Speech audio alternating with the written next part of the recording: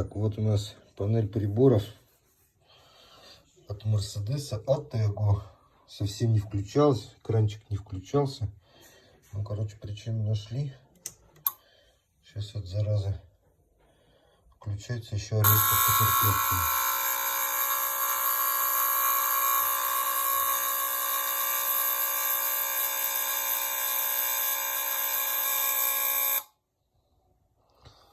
Все, перестал орать. Вот что-то опять тут ошибки какие-то у нее. Вот. Ну, в итоге, ну, понятно, коншины нету. Все работает.